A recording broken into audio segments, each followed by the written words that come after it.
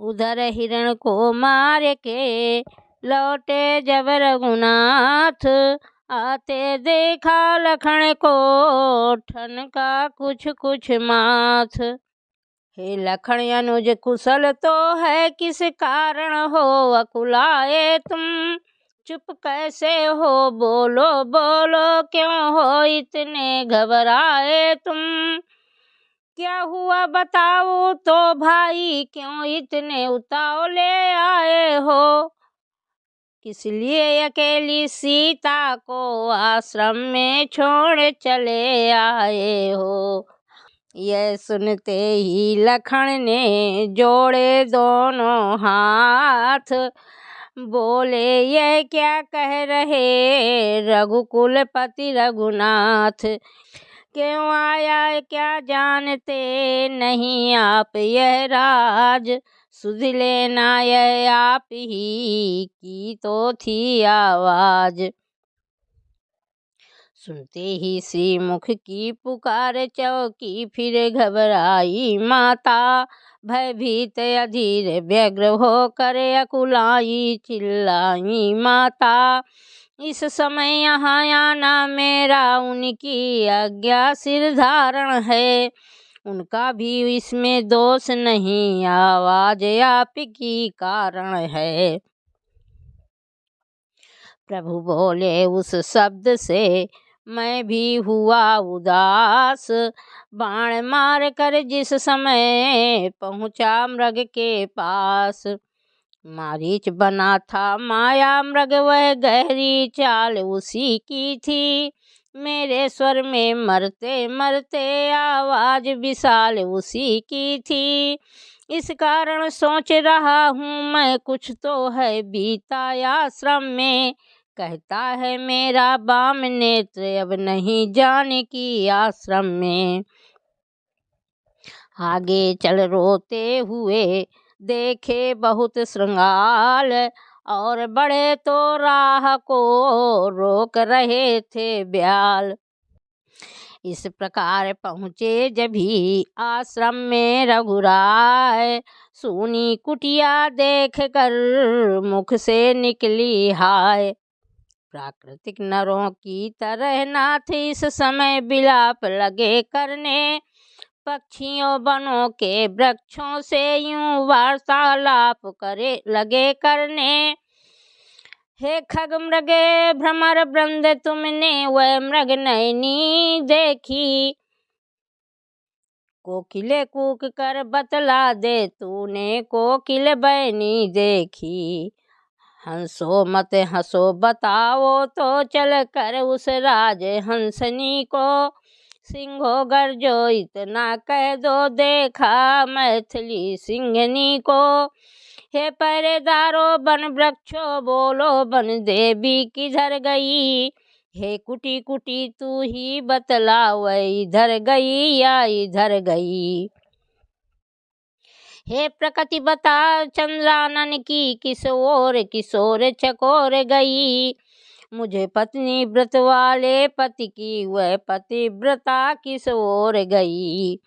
इस प्रकार हो सर्वज्ञ यज्ञ सीता को आज खोजते थे, बन बन में उस बनवासिनी को बिरही की भांति टेरते थे। यह वियोग सी लीला निरख सुन कर बिरह बिलाप, याद आ गया इंद्र को नारद जी का साप। आश्चर्यपूर्ण आँखों से सूर्य अद्भुत चरित देखते थे, हम भ्रम में कहीं न पड़ जाए यह बारंबार सोचते थे। कहते थे प्रकृति खिलाड़ी प्रभु क्या करुणा खेल रचाते हैं, जग नाटकशाला में आकर नटे जैसा नाटक दिखाते हैं। बिरहातुर बिरही के समान परिपूर्ण अभिनय करते हैं, सब घट के पट की जान रहे फिर भी घूंघट में छिपते हैं।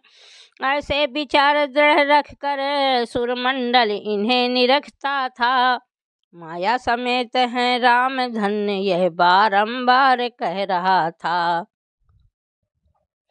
चलते चलते उस जगह पहुँच गए सुख धाम, जहाँ यधमरा गीध वह कहता था हा राम।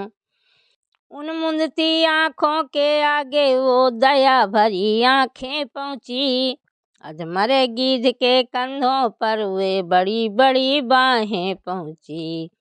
पहुँची ये बाणी प्रेम भरी मरने वाले के कानों में, हे परोपकारी बोल बोल किसने पीड़ा दी प्राणों में।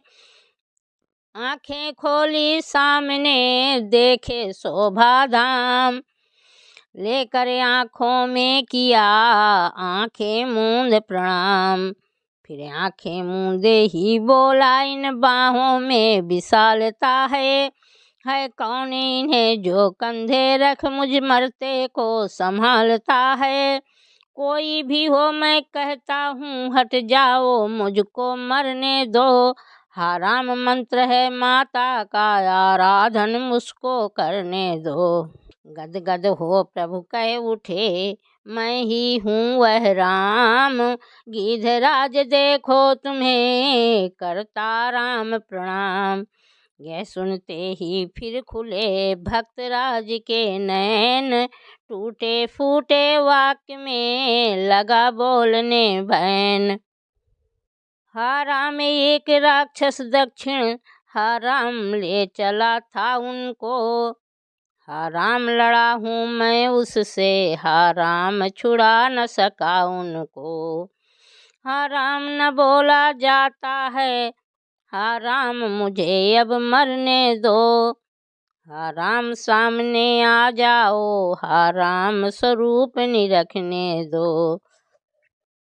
रोते रोते भक्त से लिपटे दीन दयाल, लिटा लिया अब गोद में गिधराज तत्काल। बोले भाई ये समाचार कहना न पिताजी से जाकर, मैं राघव हूँ तो दुष्ट चोर कुल सहित कहेगा कुल आकर। अच्छा जाओ हे भक्तराज जाओगे परम धाम को तुम, जाते जाते इतना सुन लो ऋणिया कर चले राम को तुम।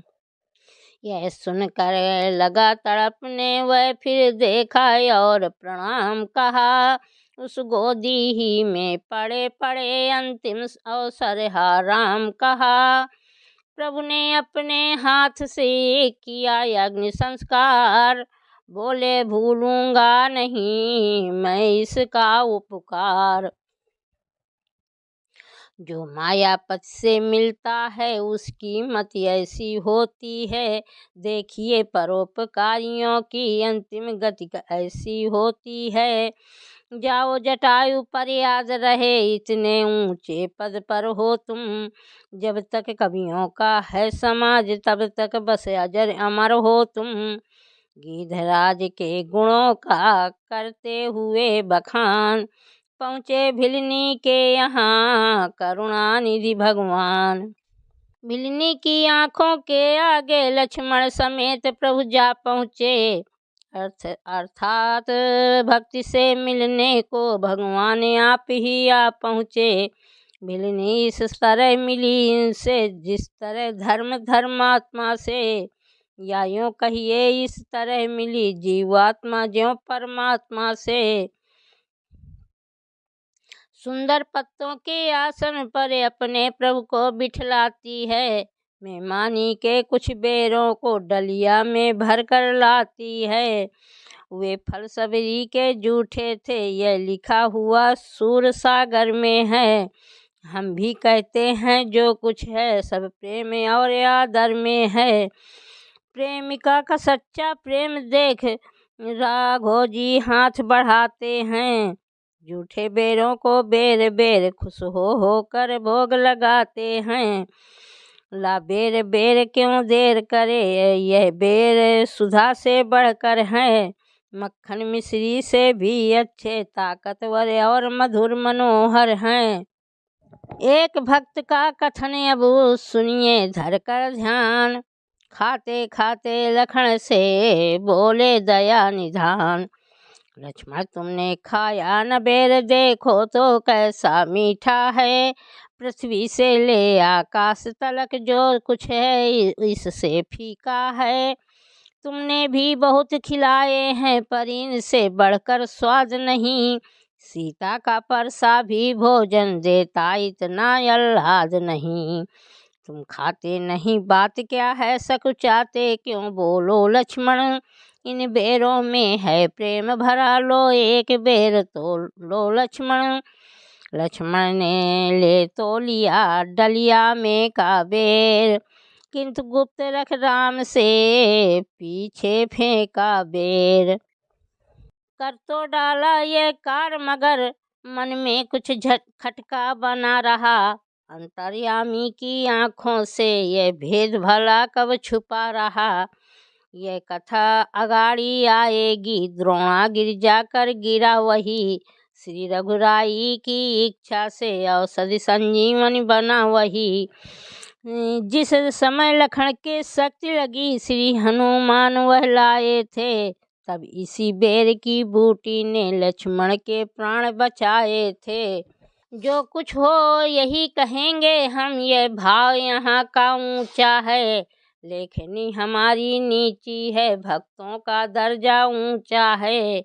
उधर राम ने भी कहा स्नेह का स्वाद, पराभक्ति में रही है कभी किसकी मर्याद।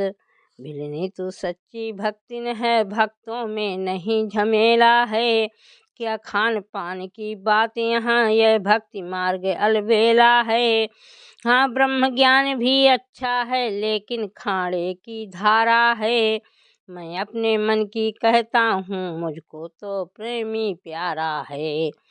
यह सुनकर भिलनी को हुआ परम आनंद। उधर पुकारे देवता जयति सच्चिदानंद।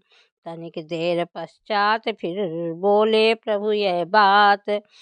प्रेमिन बतलाना हमें हो यदि तुमको ज्ञात। हम दोनों भाई राम लखन बनवासी बनकर आए हैं। सीता को अपने साथ साथ इस दंडक वन में लाए हैं। दुर्दिन ने ऐसा कर डाला, उस ओर पिता का मरण हुआ।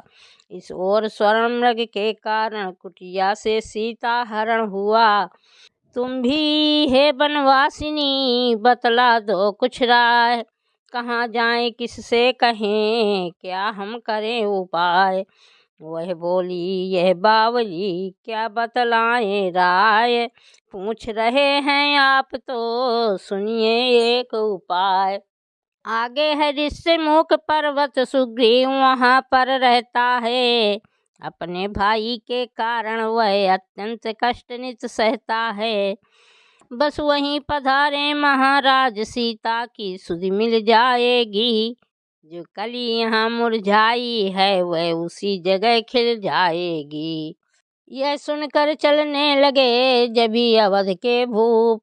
तभी बसाया आँख में भिलनी ने वह रूप।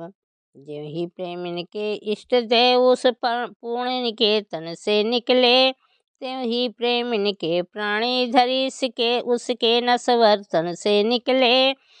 जिसे अगम धाम पर गमन नहीं, ऋषि मुनि की बड़ी शक्ति का है। जाती है उसी धाम भिलनी, फल यही अनन्य भक्ति का है। जय हो।